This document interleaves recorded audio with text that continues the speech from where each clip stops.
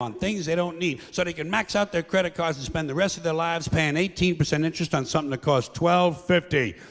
And they didn't like it when they got it home anyway. Not too bright, folks. Not too fucking bright. But if you talk to one of them about this, if you isolate one of them, you sit them down rationally, and you talk to them about the low IQs and the dumb behavior and the bad decisions, right away they start talking about education. That's the big answer to everything. Education. They say we need more money for education. We need more books, more teachers, more classrooms, more schools. We need more testing for the kids. And you say to them, well, you know, we've tried all of that, and the kids still can't pass the test. They say, oh, don't you worry about that. We're going to lower the passing grades.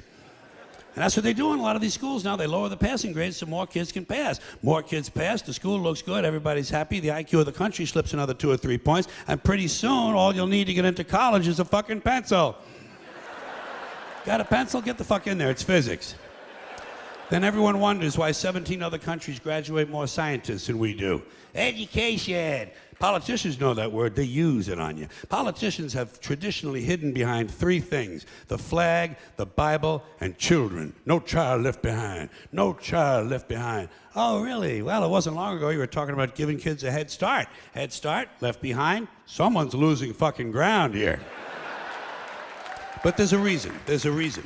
There's a reason for this. There's a reason education sucks, and it's the same reason that it will never, ever, ever be fixed. It's never going to get any better. Don't look for it. Be happy with what you got. Because the owners of this country don't want that. I'm talking about the real owners now. The real owners, the big wealthy business interests that control things and make all the important decisions. Forget the politicians. The politicians are put there to give you the idea that you have freedom of choice. You don't. You have no choice. You have owners. They own you. They own everything. They own all the important land. They own and control the corporations. They've long since bought and paid for the Senate, the Congress, the state houses, the city halls. They got the judges in their back pockets. And they own all the big media companies, so they control just about all of the news and information you get to hear. They got you by the balls. They spend billions of dollars every year lobbying to get what they want. Well, we know what they want. They want more for themselves and less for everybody else. But I'll tell you what they don't want. They don't want a population of citizens capable of critical thinking. They don't want well-informed, well-educated people capable of critical thinking. They're not interested in that. That doesn't help them. That's against their interest. That's right. They don't want people who are smart enough to sit around the kitchen table and figure out how badly they're getting fucked by a system that threw them overboard 30 fucking years ago. They don't want that. You know what they want? They want obedient workers. Obedient workers. People who are just smart enough to run the machines and do the paperwork, and just dumb enough to passively accept all these increasingly shittier jobs with the lower pay, the longer hours, the reduced benefits, the end of overtime, and the vanishing pension that disappears the minute you go to collect it. And now they're coming for your Social Security money. They want your fucking retirement money. They want it back, so they can give it to their criminal friends on Wall Street. And you know something? They'll get it. They'll get it all from you sooner or later, because they own this fucking place. It's a big club, and you ain't in it. You and I are not in the big club.